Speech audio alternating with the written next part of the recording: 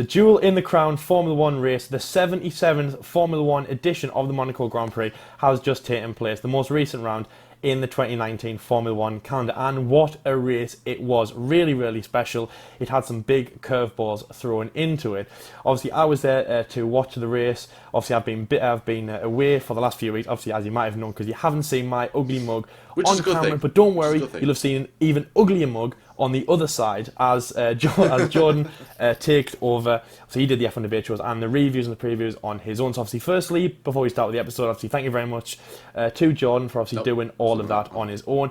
It's not easy to do an F1 debate show on your own. Obviously, he's done really well, got some really good views in as well.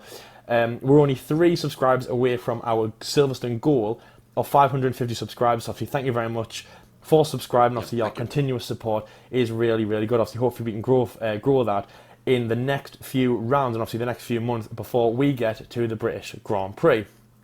Obviously, and the last thing from me, obviously before we jump into the video, is obviously Jordan. Obviously, he gave his personal condolences, obviously after the passing of Niki Lauda in the Monaco Grand Prix preview. And obviously, I'd just like to add my condolences, obviously on a personal note, obviously of the passing of Niki Lauda, 3-time world champion from Austria, and obviously the ambassador with Mercedes-AMG Petronas. Obviously, after I was at the Monaco Grand Prix as well, there was a big tribute for him. Obviously, all the drivers wore red caps, and from a Mercedes win, obviously Lewis Hamilton taking the victory with the red halo, obviously saying "Danke Nicky," it was probably the best tribute he could have. So obviously, yes, obviously from me, obviously from Jordan also, and from the F1 debate, obviously, yes, we'd just like to pass on our respects, obviously, for the passing of Niki Lauda. So obviously heading into the Monaco Grand Prix, it wasn't the best news to have, but obviously it was great to see, as I've just said, Lewis Hamilton winning the race.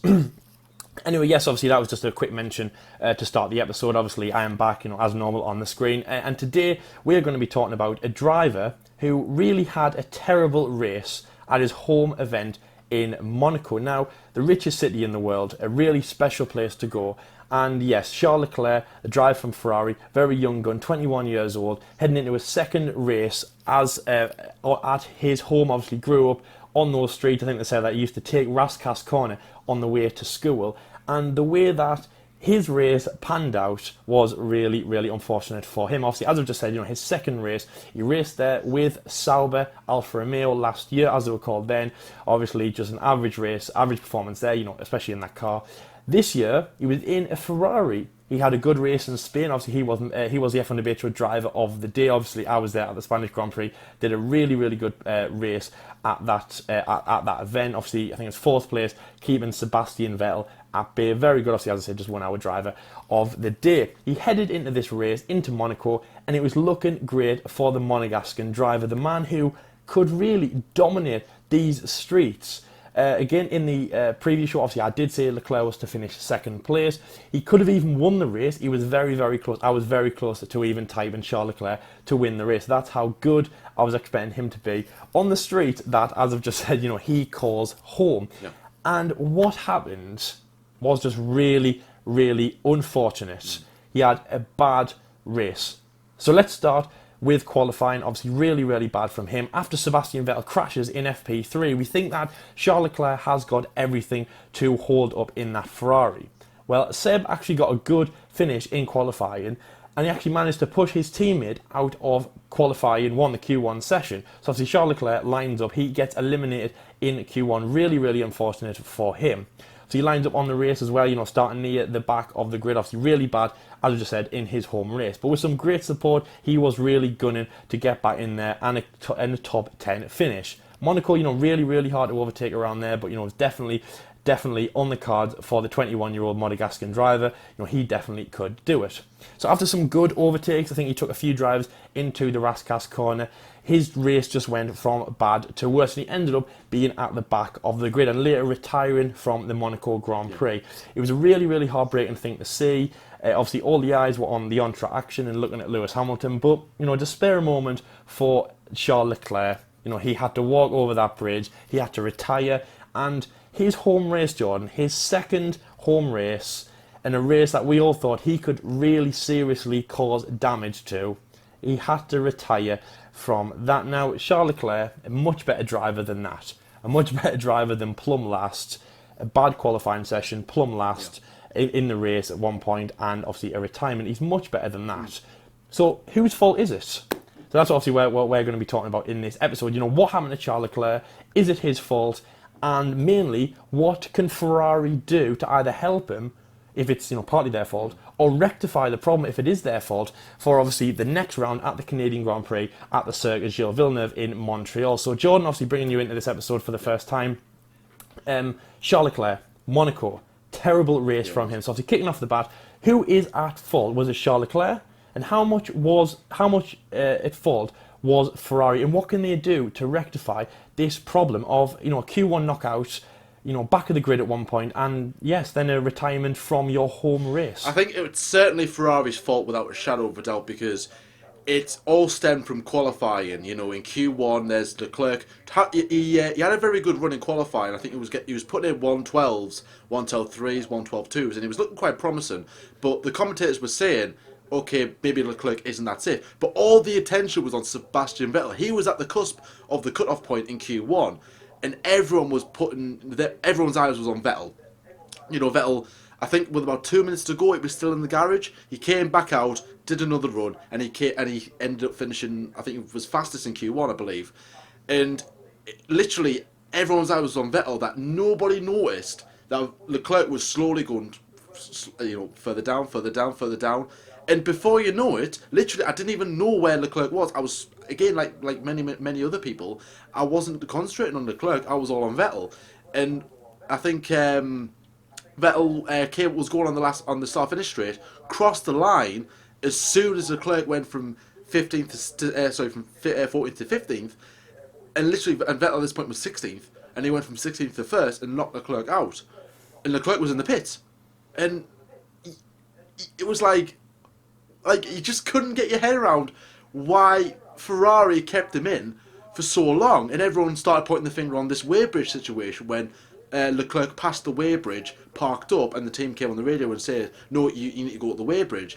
And this is about 4 minutes to go. And I'm like, hang on a minute, Vettel was in the pits with 2 minutes to go and he managed to get a lap. Why didn't you send out Leclerc? That for me was the killer weekend, because track position in Monaco is absolutely critical.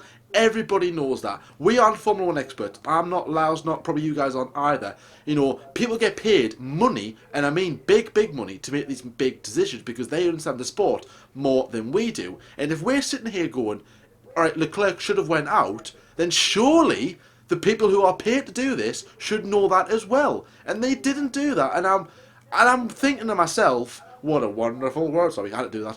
I'm thinking to myself, were Ferrari so concentrated on Vettel, like they have been a lot this season, that they've forgot about Leclerc? Like, Leclerc has been left out to dry, as they say, a lot this season. In China especially, and again in Baku. He was left out to dry where his strategy was just unnecessary. It was just like, hang on a minute, Vettel's on the perfect strategy, yet Leclerc's all over the place. Yet Leclerc's doing the same speed as Vettel. For example, look at Bahrain. We won't talk about that again. And so it all stemmed from qualifying, and it was just absolute embarrassment, absolutely embarrassing. You could see the look on Leclerc's face, and you knew he had work to do. But we've seen some miracle drives in Monaco before. It's not rare, and you can overtake a Monaco at certain points. So as I was saying in the review, Leclerc pulled off an amazing move in Raskas on Romain Grosjean, Jules Bianchi-esque. As soon as I seen that move from on the camera, immediately I thought that everyone's going to be talking about the Jules Bianchi move on Kobayashi in 2014. Everyone was going to be ranting and raving about that. But Leclerc did a very ambitious move, a similar type of move. However, Hulkenberg didn't give him as much room. He clipped the barriers, and that was it. He lost that position to Grosjean again, and he was under pressure from, I think it might have been one of the Toro Rossos, probably Albon, I think it was at the time. I'm not too sure. But yes, he was under pressure from the other drivers. So all that advantage he had was just gone. It was completely ruined. He had a puncture, and that was pretty much race ruined. You know, his floor was totally damaged. And, alright, you could say that was Leclerc's fault, but Leclerc was so eager to get up to the top because he was left stranded by Ferrari that this caused this problem. Because if Leclerc would have probably finished P3, P4 possibly, if he was in Q3. Therefore, he wouldn't have to make these daring moves. Therefore, he would have finished the race, possibly finished on the podium. the race might have panned out a bit differently because Verstappen's podium, Bottas's hold it with the pits. Then the scenario could have been a lot different. But Leclerc could have had a better result if it wasn't for Ferrari. So for me, it's all down to Ferrari. Leclerc has got no fault in this whatsoever. It's all down to Ferrari. Finger at them every single time. What do they need to do for Canada? The big question isn't what they're going to do for Canada, is what are they going to do for the rest of the season? Because it is a joke, an absolute joke what Ferrari are doing at the moment. It's gone from we're reviewing Leclerc's situation to literally having a rant about Ferrari. Because I literally, I'm not a Ferrari fan. I know I'm wearing a Ferrari jacket, but I'm not a passionate Ferrari fan. I'm just passionate about the sport, and I think we start to see the sport in a more of a variety context, if you know what I mean. So you're passionate about all the teams, even though you don't necessarily support the team. You want a close battle. That's what we're here for. A close battle in the championship, because that's what we were expecting in pre-season. I'll always mention this. It stems from pre-season. This is where the hype comes from. Ferrari looked very, very quick in pre-season, and then it just all goes in during the season. Ferrari need to get the act together. They need to book their ideas up. The car, right? I'm going to mention something about the car in a little bit, because I've got a theory that someone else told me, and I'll mention that in a bit. But Ferrari, the people who get paid for this, they need to book their ideas. They need to get their strategy on point. They need a better understanding of the drivers. They need level playing field. Rubbish, get rid of all this driver 1, driver 2 malarkey. Equal status of Ferrari. I don't care what Vettel's on about. He can cry and say what he wants. It's equal status of Ferrari. It should be let the guys race, because quite frankly, you've got two very good drivers there who can race wheel to wheel. Vettel not more so, but Vettel hasn't spun at every single opportunity of an overtake he's got. He's had some brilliant races in the past, and he's hit teammates before, but he wasn't the first. He's not going to be the last. Leclerc's going to do it at some point. As long as he stays in Formula 1, I'm sure he will. I'm sure he'll stay at Ferrari for a lot of years to come, and I'm sure he will climb with teammates and stuff. That's just going to happen. You know what I mean? So Ferrari need to put their ideas up. But a guy I work with, I want to mention this now. The guy I work with gave me this theory, and I want you guys to kind of give your thoughts as well, and Lyle as well. He said to me that Ferrari have got the quickest car. If they turn the engine up to max, it's so quick that Mercedes don't have an answer for it. The problem that they've got is that when they run it to max, that the car becomes so unreliable, and that's the problem that they have when it comes to the race. When that engine gets turned up to race pace for the long haul, it's not going to be reliable. If you turn that engine all the way up, it's not going to be reliable. That's why Ferrari aren't going as quick. And I thought, I've never really thought of it like that, because when they turned the engines up in Bahrain, the car was quick. It was like a little bit of okay, let's see how it goes. In Australia, we could see on the numbers that it's not going to work. So let's change a couple of things. Let's go to Bahrain and see how it goes. They turn the engines up and it fails.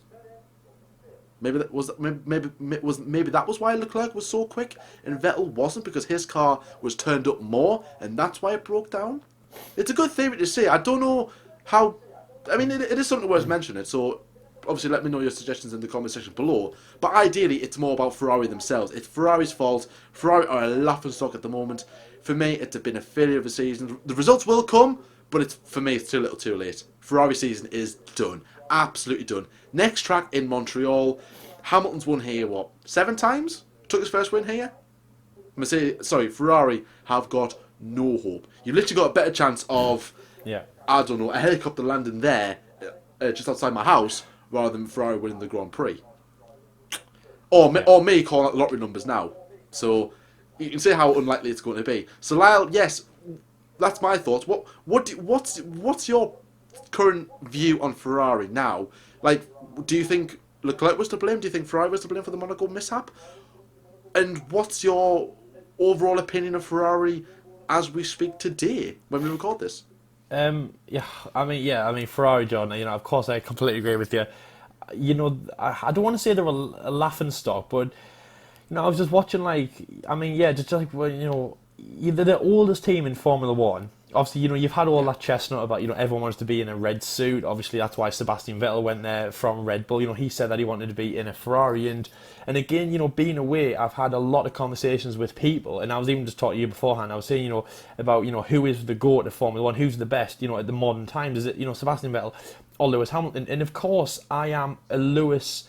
In this scenario, I'm a Lewis, fan, because I actually agree with that. I've got the stats, and I know why Lewis Hamilton is a lot better. It is definitely the car, but obviously him himself is a very gifted driver. Now, in terms of the drivers, obviously Sebastian Vettel, very, very interesting to watch. I think he's probably one of my most watched drivers this year. He's really, really all over the place. There was a rumour the other day, I've forgotten who shared it, because obviously there are thousands of F1 related groups on Facebook, but just said that he is maybe considering retirement at the end of the year, but obviously we don't know. We might make an episode on that if it is actually true, and obviously talk about why and what we think. We have actually mentioned Sebastian. I don't think it was retirement, but we did talk about him at Ferrari a few episodes ago, so obviously make sure you go and check that out. Charles Leclerc, very strong. Now, I don't know what's going on with Ferrari. The strategy was getting it last year. We were giving it to the strategist. They were getting it in the neck. But to be honest, though, they were shooting themselves in the foot. They were making these stupid calls. And to be honest, I saw that again, John, in Monaco. So obviously, Sebastian Vettel comes in for the hard tyre and does a very, very early pit stop just as the pit window opens, right? So I'm thinking, okay, Sebastian Vettel, the guy who I picked to be my race winner in Monaco, because obviously, he's won here before, and obviously he was challenging before. He's challenging in a few other races. 2018's race, and obviously I am a Red Bull fan, so to say that 2018's race was quite annoying that Daniel Ricciardo won is quite harsh, because obviously it's redemption, and obviously, as I say, he was a Red Bull driver at that point. But that really annoyed me last year's race, because Daniel Ricciardo had problems, and he was 160 horsepower less than he normally is. And Sebastian Vettel was right on his tail, and he closed between from 10 seconds to about 1 second. Within 1 second, almost in about 5 laps. He literally was on every DRS zone for the last half of the race. So 2018's kind of annoyed me that Seb didn't win. I just thought, why are you doing that? And a lot of the blame was on Seb at that point, but then it turned to Ferrari, and it was the strategies, and they were telling him not to, and it was all quite negative. Apparently, it was all quite negative on Ferrari's point. Don't do this, save your tyres, don't do this. But remember, Daniel Ricciardo was losing time at this point, so you thought, why not? Why is he not overtaking him? You can overtake in Monaco at least at some point, down at Zandvoort into Rascasse. Obviously, as John just mentioned there, Jules Bianchi, a Marussia driver, overtook in that corner in 2014, the first year, obviously, of the V6s. We saw Charles Leclerc overtake there. We saw, we've seen some big overtakes through there, a very risky corner, mind you, because we've seen a lot of action happen there. Obviously, I think was it Robert Kubica who spun his car around and caused a bit of a Michael Schumacher-esque Ferrari pile-up into that corner. Yes, obviously, you can overtake around Monaco, of course. Yes, obviously, that was another 2018, but it was... We all thought it was Seb's fault, and it turned out to be the Ferrari's fault, or at least a strategy, that they would just, stay behind him, save your tyres, stay behind him. Exactly the same happened at the Monaco Grand Prix on Sunday, Jordan. So Sebastian Vettel obviously had fresher tyres. Max Verstappen's tyres were on the cusp, but obviously the big one was Lewis Hamilton's tyres were about to go. Now, Sebastian Vettel knew that Max Verstappen had a time penalty, and again, on unbroadcasted, so again, obviously nothing's concrete yet, but, Sebastian Vettel was told to stay behind Max Verstappen. Don't take him. Don't overtake him. You're just going to ruin your tyres. You can't catch Lewis Hamilton. Stay behind him. You are going to get second place eventually when Max gets his penalty. Now, again, firstly, obviously, that ruins the sport. That takes everything out of what's fun about Formula One, because Seb was basically just sitting behind Max Verstappen for the almost, the last half of the race almost, when it was in that position. And obviously, Max had his penalty.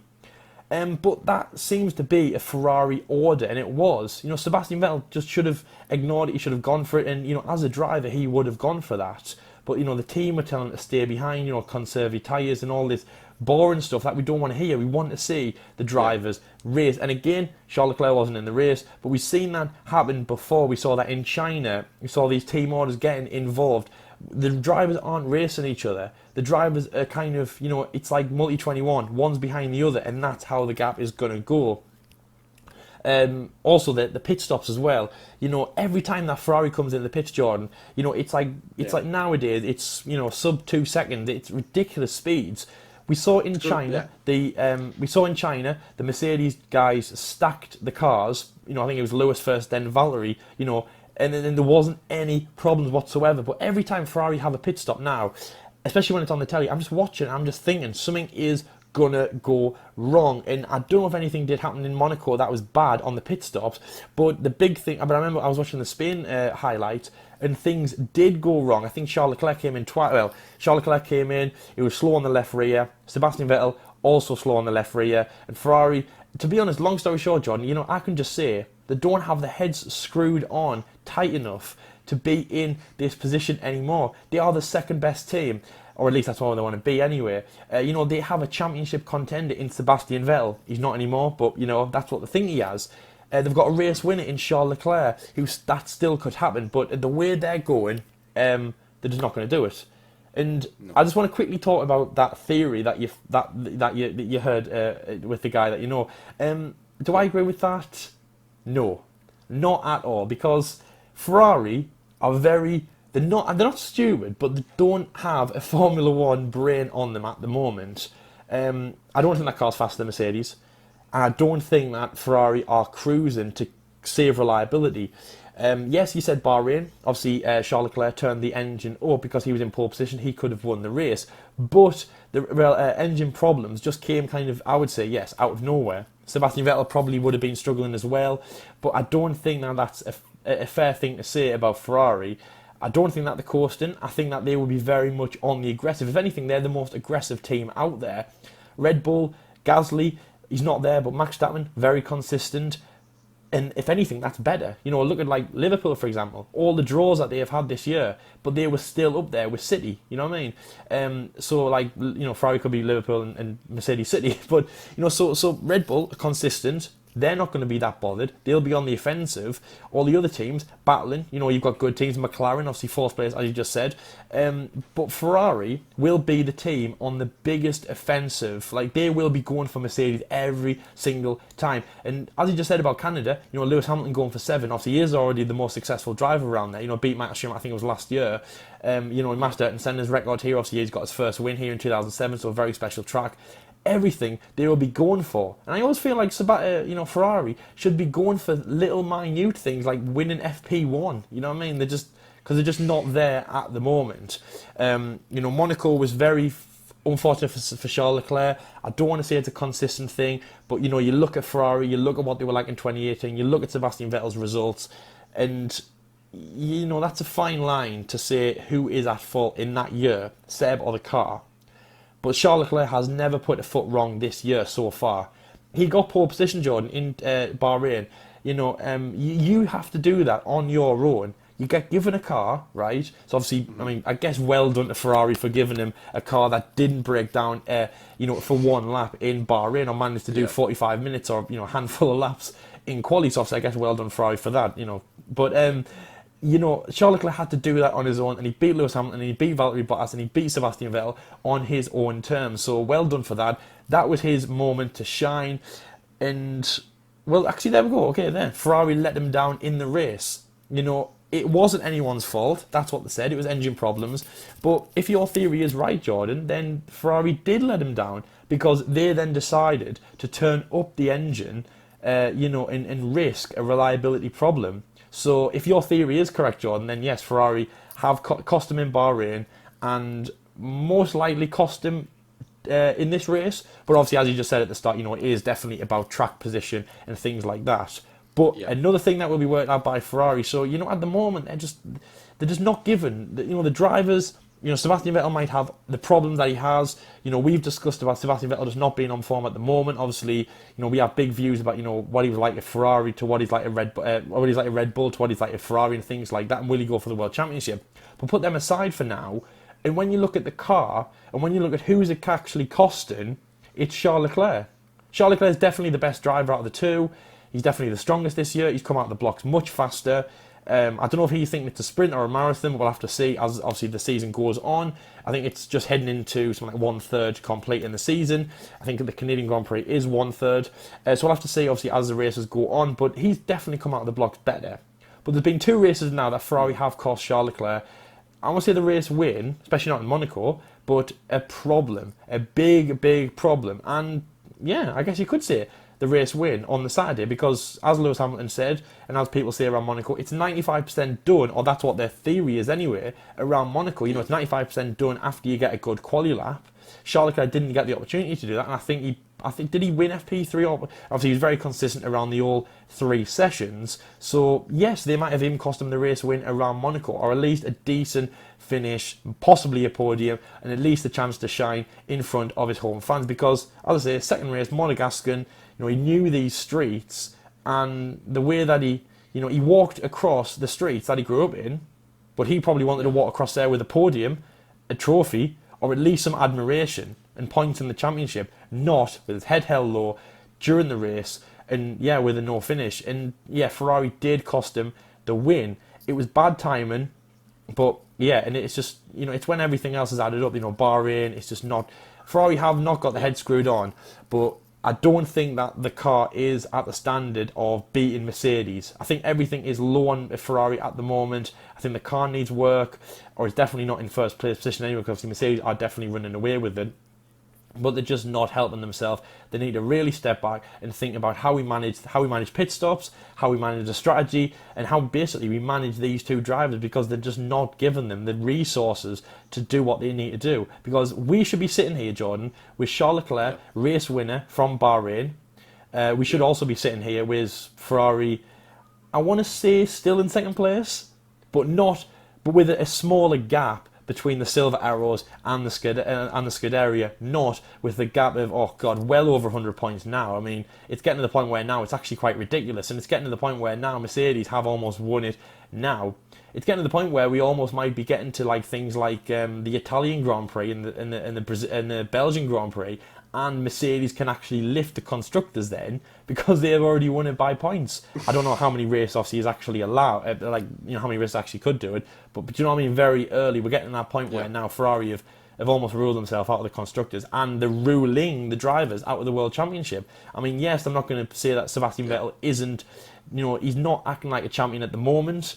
He is doing little mistakes, as we saw that in 2018, and he probably might do those mistakes at Mercedes, but he would get more consistent results, and the results that he is getting at Ferrari would be a lot better if he was in that Mercedes. So yes, Ferrari, the car's not on point, so unfortunately, Jordan, I don't agree with that theory, but yes, Ferrari need to get their head screwed on, and hopefully Monaco is a big shake. Hopefully, Binotto has hit every Ferrari mechanic over the head and said, wake up. And yeah, we're going to go to the Great White North, and hopefully you can get your heads in gear for the rest of the season. Because come Monza, they want to have a good performance. They don't want to be where they are right now. It's actually working out like a 2018 and a 2017 and a 2016 even, where the team just don't have anything left in the pot. So we're coming into the first non-kind of European race in the European season, if you like. Obviously, we'll have a bit of a stop-off at Montreal for the Canadian Grand Prix. And this is normally the time where drivers, rumours, it normally occurs around this point. Traditionally, normally, where drivers are looking for options for next season. It is quite early, but they do need to get, their options on the table, if you like, for the next couple of seasons, if they do want to try and, have a long career in Formula One. So it's only about now where teams and drivers are looking for other options. And one of the rumours that has come about, or one of the biggest ones anyways, that's coming out this week, is Nico Hulkenberg is rumoured to be replacing Pierre Gasly for the 2020 season. Now, we've already discussed Pierre Gasly's future in this season. To be fair, already, even though it's only been 6 rounds, and you think it's quite early, but Formula 1 isn't quite forgiving when it comes to new drivers. So, just a brief background. So, we've been really talking about Pierre Gasly's future since pre-season testing. From the moment we left Barcelona to go to Melbourne, it was like, it's apparently rumored that Pierre Gasly is going to be dropped already, and you're thinking that's just paper talk. But when you look at his results, it hasn't been as good as what everyone thought it was going to be. And even Red Bull said themselves that they had signed Pierre Gasly a lot earlier than they would have liked. And that the main reason being is Daniel Ricciardo was going off to Renault quite unexpectedly. It even caught Red Bull off guard, and it was like a panic buy, if you could say. It was like there's no one else out there, we can replace him realistically. So we'll just go with Pierre Gasly, who's done well at Toro Rosso. And so his head's wanted by Helmut Marko at the moment, and I'm not really surprised. So obviously we're just going to give our opinions about that, about Pierre Gasly, his future in Formula One. So really, I think Pierre Gasly should, as I've always said, he should be given a season, the full season, and another one to prove himself. Because one season, it isn't enough to define a driver, especially at a top team. Especially a young driver, at least, to say the least anyways. You know, Pierre Gasly, as like I said, Red Bull said themselves, we got him in too early. Let's just give him a chance. Just give him a chance. If you look back at the history of the drivers that Red Bull have had, you know, Sebastian Buemi, Jaime Alguersuari, Daniel Kvyat, you know, these kind of drivers who have been and gone, Jean-Yves Vergne as well, those kind of drivers that have came into the sport with a lot of promise and left with the tail between the legs and looking like, well, embarrassing if you like, and the career is just falling flat on their arse if you like. And so, like, for example, flashback to 2014 when Sebastian Vettel leaves Red Bull to go to Ferrari. Clearly, Red Bull were going to look at the junior category or the sister team in Toro Rosso, and you have two drivers at the time. You have Jean-Yves Vergne and Daniel Kvyat. Jean-Yves Vergne has been there the longest. He's been there, I think that was his third season at Toro Rosso. He's done really, really well, and you've got this young 19-year-old kid, Daniel Kvyat. A bit of a nobody, really. He came from Formula 3 straight into Formula 1, skipped Formula 2, or GP2 as it was called at the time. Well, he didn't compete GP3, he was just in the lower ranks. Skipped all that, went straight into Formula 1, and within a season he was in Red Bull. And then within a season and a half, or even a season and a quarter, he was gone. Back to Toro Rosso. And then another season and 3 quarters, he was out of the sport completely. Just completely ruined his career. Again, early decisions. They look completely across Jean-Yves Vergne. They have made some really silly decisions. Max Verstappen being probably the best one that they've made in recent years. Even though Verstappen has had some really silly races, but this year he's certainly shown some maturity. But we're not here to talk about Verstappen. We're here to talk about Pierre Gasly. So I believe he should be given a season, as like I said. Stop just getting a driver in quickly as a rush decision and then getting him out as quickly as you can say P1. So keep him in for another season at least. But let's say, so yes, I'm saying Pierre Gasly should stay without a shadow of a doubt. Certainly, he's got potential still, but he's got a lot more to learn, a lot more to give in Formula One. So give him a chance, Red Bull. But let's say he does leave, and there is a space, there is a seat available for another driver. If there's one driver that deserves it more than anybody else, it's Nico Hulkenberg, without a shadow of a doubt. Nico Hulkenberg is one of the most unluckiest drivers in modern day Formula One. His best finish is fourth. Mr. Neely, man. Yeah, exactly. I was just about to mention that as well. We call him Mr. Neely, or Lyle calls him the Mr. Neely man, because he's nearly been on the podium. He's got a pole position. All right. He's got something Max Verstappen doesn't. Verstappen has got a pole position. Hulkenberg does. Fair enough. In his debut season with Williams in Brazil, what a shock that was. But he hasn't got a podium. He's nearly been at the podium. He's nearly been at the big teams or whatever. He's just been nearly everything apart from the finished product. Nico Hulkenberg is a good driver. Don't get me wrong. He's a very underrated driver. I believe that nobody really. He gets mentioned every now and then when he has a solid drive, P4 or whatever. That's when everyone goes, "Oh, Hulkenberg should be in contention with the Ferrari seat, the Red Bull seat, the whatever seat." And then come to the next race and he's back to P12, P13. Oh, right, brush under the carpet. Nobody cares about Hulkenberg for now until he gets a better result. But for me, Nico Hulkenberg definitely, without a shadow of a doubt, deserves a shot at a big seat. Do I think he'll do a better job than Gasly? Absolutely. He's got the more experience. He's certainly the faster driver. Agree with me with that if you do or not. I do believe he's the fastest driver. Give him a good chance in a big car, then I think he will deliver. He hasn't had that opportunity to have a go in a big car. He's been with all the midfield teams you can name. Renault, Force India, Williams. He's been around the block. He's found his home at Renault. And this was the season where we thought he was going to get podiums, and he's not because the car isn't delivering. And if you look back at, you might be thinking to yourself, "Oh, Nico Hulkenberg, he's nearly 30 years old, or he's at that age where drivers should be peaking now and then slowly coming off the radar when they come to 33, 34, even 35. Is he a bit too old?" Absolutely not. You look at Mark Webber, for example. All right, he got lucky being with Red Bull, for example, when they were like the next up and coming team. But Mark Webber was he was probably the same age when he started winning races. He'd been in the sport since 2002, I believe, and he didn't get his first win until 2009.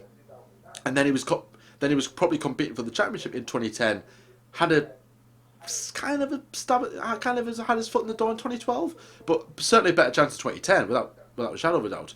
So he's never too old, and he could be that driver where he could have majority of his career could have been him known for being decent results here and there, but his end of his career could have been, I don't know, 10 wins and or whatever. Same with David Coulthard, for example. He's only got 13 wins, but he's had a long career.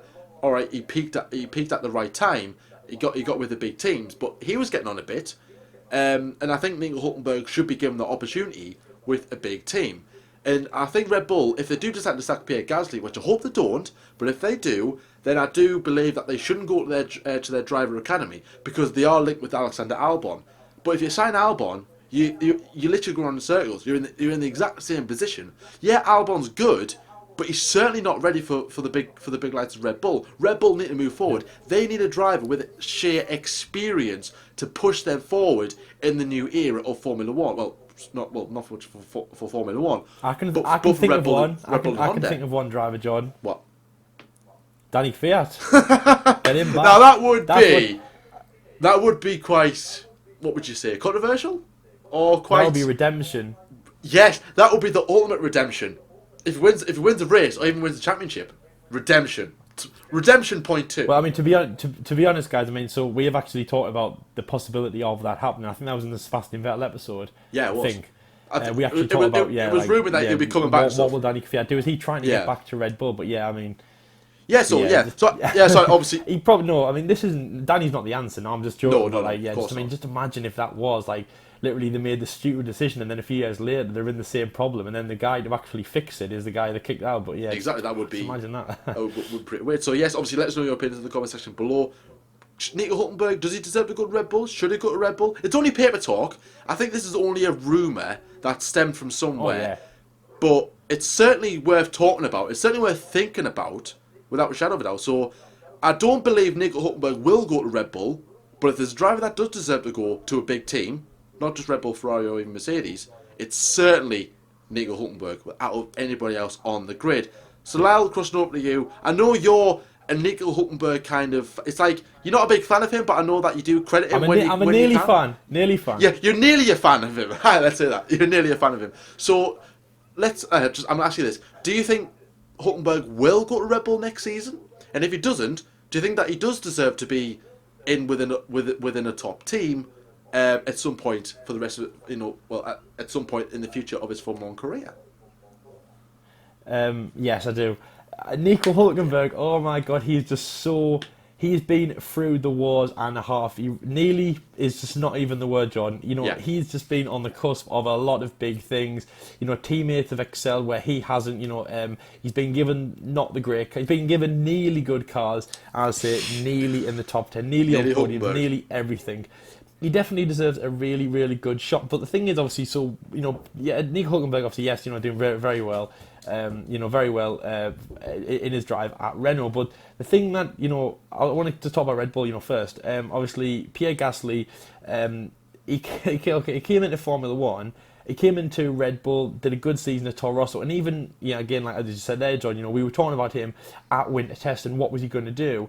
And we even joked about the possibility that Red Bull might do a trading places like they did with Max Verstappen and Danny Fiat in 2016. And this rumour coming out now, it's actually quite worrying because Red Bull are only really the team to do a trading places kind of thing, and that actually could happen. So this rumour that we're talking about now, Nico Hulkenberg going, yes, he deserves a shot. Yes, I think he's a great driver. But on the topic of Red Bull, if it's going to be next year, fine, keep it till next year. But I mean, just imagine though, if something like that does happen now, because if it does, that'll be one of the worst decisions that they have ever made. And Red Bull, as just Jordan just opened with, they have a history of just making, these bad decisions. Driver after driver, who they've taken on, who they haven't. Daniel Ricciardo, a driver to pay off. Obviously Max Verstappen, a driver to pay off. Sebastian Vettel was a big driver to pay off back in the day. But they have done a lot of stupid drivers. Let a lot of drivers go with potential, for example, like Sebastian Buemi and John-Eric Verne. And then obviously with the carry-on with Danny Fiat. But Pierre Gasly, He's doing an okay job in that car, but Nico Hulkenberg does have the chance. Where he is at Renault at the moment, he is the team leader. He is doing better than Daniel Ricciardo. He's more consistent as well. Yet he just feels like, I think this could be the team for Nico, but that's what we said about Danny, and it's not Daniel Ricciardo, and it's not happening for him. It really is a very fine line between what we want for Nico and what we want for Pierre. But I do think though that Nico Hulkenberg should have the chance. I would really like to see that. Get to the second half of the season and talk about it then. But I think at the moment it just is a little bit too early. And again, yes, if we are going to be talking about trading places between Nico Hulkenberg, Renault, and Pierre Gasly here, maybe Pierre goes to Renault. Obviously, we saw Carlos Sainz do that. He missed Red Bull, but you remember Carlos Sainz was in the Red Bull Junior program. He went from Toro Rosso to Renault, replacing Julian Palmer, I think it was. So obviously we saw that with him, and obviously he changed his allegiance from Red Bull Junior program, missed the opportunity to go to Red Bull to go to Renault, and I just hope that just leave things alone, Red Bull. Don't make a bad decision. But yes, obviously yes, I do definitely think that Nico Hulkenberg should get the opportunity, and I would love to see that next year Nico Hulkenberg in overalls alongside Max Verstappen, because obviously I know that those two are very good friends. Nico Hulkenberg speaks very good Dutch as well, than random. And yes, I do think that they would be the team to watch. Actually, do you know what? A fantastic partnership. That sounds like a really, really good partnership. But if it's going to happen, leave it until next year to 2020. Don't mess on. If you are if you're watching this Red Bull, go to sleep, because it's probably late in Austria, and don't do anything without consulting me or consulting Jordan before you do, because you're going to make a bad decision like you did. Yes. It's said right here. You're going to make a bad decision like you did with Danny Fiat. But obviously, yes, do think that would be very good to see Nico Hulkenberg in that position. So yes, obviously guys, that is the end of the F1 Debate Show. Thank you very much for watching this episode. The first video I've been back after about 3 or 4 F1 Debate Shows. Obviously, as I've just said at the start, well done to Jordan for doing them on his own. But obviously we are back, and obviously we were back all the way through the summer. Big things to look forward to. Well, tomorrow I have my experience video from the Monaco and Spanish Grand Prix, or Spanish and Monaco, should I say. That's going to be a good episode. Please go and check that out. That will be a special tomorrow coming out. Not sure on the time, but that will include, yes, my experience, what I think, videos from where I was in the general mission zones, general mission at Spain and in La Roche, which is a very famous general mission zone in Monaco. How did I think it went? And the big thing is, what is the best bang for your buck if you're going to go to a European race next year? Obviously, let's halt the decision though about what's going to happen to Spain. Let's talk about it like it is on the calendar next year.